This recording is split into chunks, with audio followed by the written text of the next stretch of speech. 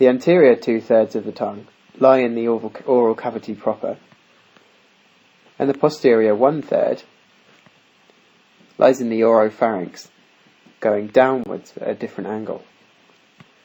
The tongue is a complex organ because of its multiple different functions, for example taste, movement and mastication, and therefore has a multifaceted nerve supply.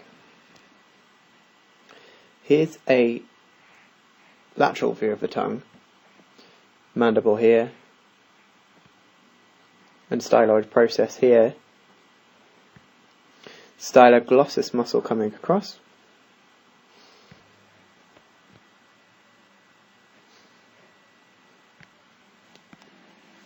now to understand the nerve supply to the tongue, I'll break it down into motor and sensory components.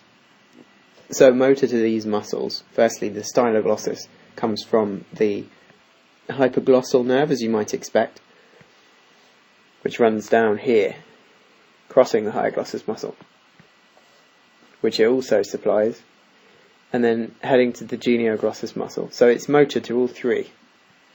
In fact, all the muscles of the tongue are innervated by the hypoglossal nerve, with the exception of the palatoglossal muscle, which comes up here, which is innervated by the 10th cranial nerve, the vagus nerve. Sensory supply to the tongue should be divided into normal, general sensation and taste, which is a separate set of nerves. The anterior 2/3 of the tongue, taste is supplied by the lingual nerve, which is a branch of the mandibular division of cranial nerve 5, the trigeminal nerve. The glossopharyngeal nerve accounts for taste at the back part of the mouth and general sensation in the same area.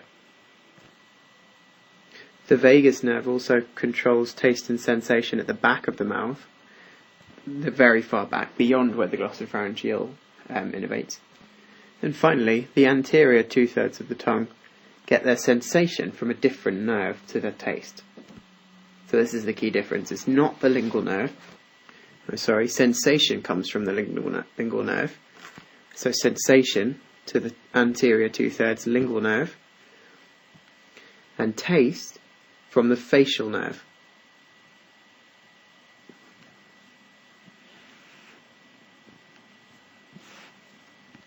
So taste, facial nerve, anterior 2/3 of the tongue. The lingual nerve is sensation. The parotid gland, with the retromandibular vein, external carotid artery, and various branches of the facial nerve passing directly through it. Directly underneath it and in front of it is the masseter muscle here. The parotid gland passes forwards and through the buccinator muscle to enter the mouth at the back. Beneath the tongue at the back of the mouth is the submandibular gland, and at the front the sublingual gland. And they end up opening in pretty much the same place on the floor of the mouth, while the parotid gland comes to the side and enters here, on the side of the front of the cheek. Parotid secretions are serous, sublingual are mucus, and submandibular are mixed.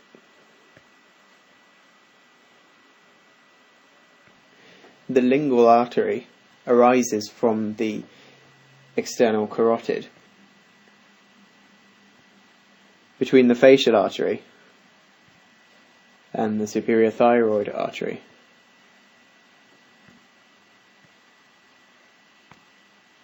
With the digastric muscle running just across it. So the lingual artery goes on to be the blood supply for the tongue. A lingual vein accompanies the artery, off the retromandibular vein, with posterior lingual vein coming off the dorsum and sides of the tongue into the lingual vein. The anterior part of the tongue is drained by the deep lingual vein, which is actually separate to the lingual vein completely, and runs along the course of the higher glossus and joins the sublingual vein, ultimately going into the facial vein. The lymph from the anterior tongue drains into central and marginal lymph nodes.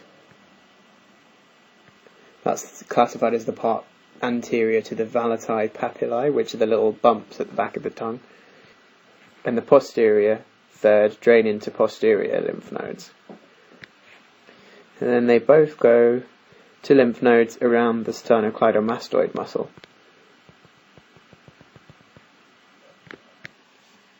The nasal epithelium is pseudostratified columnar ciliated epithelium. That means it looks like this.